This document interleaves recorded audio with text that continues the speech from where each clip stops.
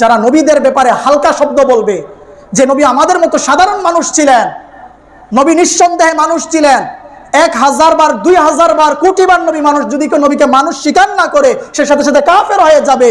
কিন্তু আল্লাহ তাআলা নবীকে সাধারণ মানুষ বানান নাই। আল্লাহর সৃষ্টির মধ্যে যত মানুষ ছিল সমস্ত মানুষের মধ্যে আল্লাহ শ্রেষ্ঠ করে সৃষ্টি করেছে।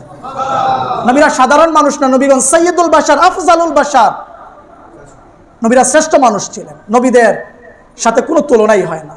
হাসান বিন সাবিত রাদিয়াল্লাহু তাআলা আনহু বলেছেন, ওয়া হাসানু মিনকা লাম তারা কাত্তু আইনি ওয়া আজমালু মিনকা লাম তালিদিন নিসা খুলিকতা মুবাররাআন মিন কুল্লি আইনিন আইবিন কান্নাকা কদ খুলিকতা কামা তাশা। ইয়া রাসূলুল্লাহ, আপনার মতো সুন্দর, এত সুন্দর সুন্দর দেহের অধিকারী কোনো মা সন্তান জন্মদান করে নাই। আরে দিবে কোত্থেকে? আপনার মতো হাসান বিন সাবিত বলেন, ইয়া রাসূলুল্লাহ, আপনার মতো সুন্দর কাউকে দেখি নাই, এখন দেখি নাই, থাকতেও পারে। কিন্তু তিনি আরো সামনে ক্লিয়ার করে দিলেন, ইয়া রাসূলুল্লাহ, থাকবে কিভাবে? আপনার চাইতে সুন্দর পুরুষ তো কোনো মা সন্তান জন্মদানই করে নাই।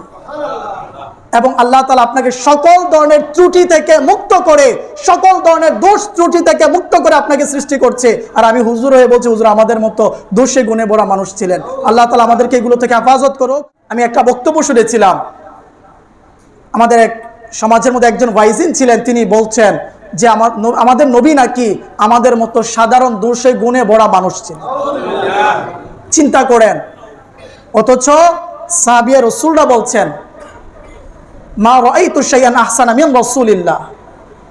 নবীগণকে আল্লাহ তাআলা এমন কোন বংশ পাঠান না যে বংশের কারণে ছোট বংশে পাঠান না যেটার কারণে তিনাদের শানের খেলাফ হয়। আর নবীদের ব্যাপারে কি বলছে?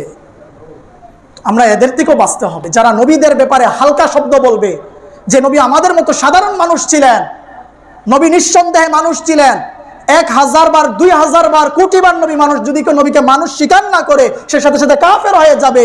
কিন্তু আল্লাহ তাআলা নবীকে সাধারণ মানুষ বানান নাই।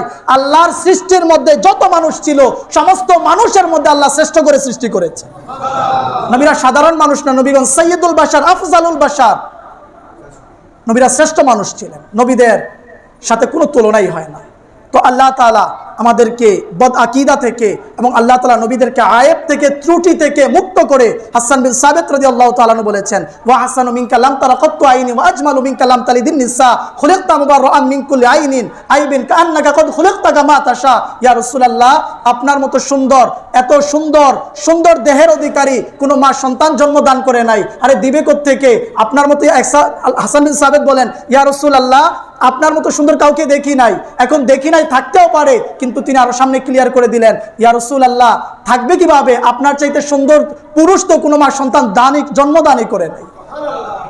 এবং আল্লাহ তাআলা আপনাকে সকল ধরনের ত্রুটি থেকে মুক্ত করে, সকল ধরনের দোষ ত্রুটি থেকে মুক্ত করে আপনাকে সৃষ্টি করছে। আর আমি হুজুর হয়ে বলছি, হুজুর আমাদের মতো দোষে গুণে ভরা মানুষ ছিলেন। আল্লাহ তাআলা আমাদেরকে এগুলো থেকে হেফাজত করুক। নবীদের আদব, সম্মান, ইজ্জতকে পাহারাদার আল্লাহ তাআলা আমাদেরকে বানাক। সকলে বলে আমিন।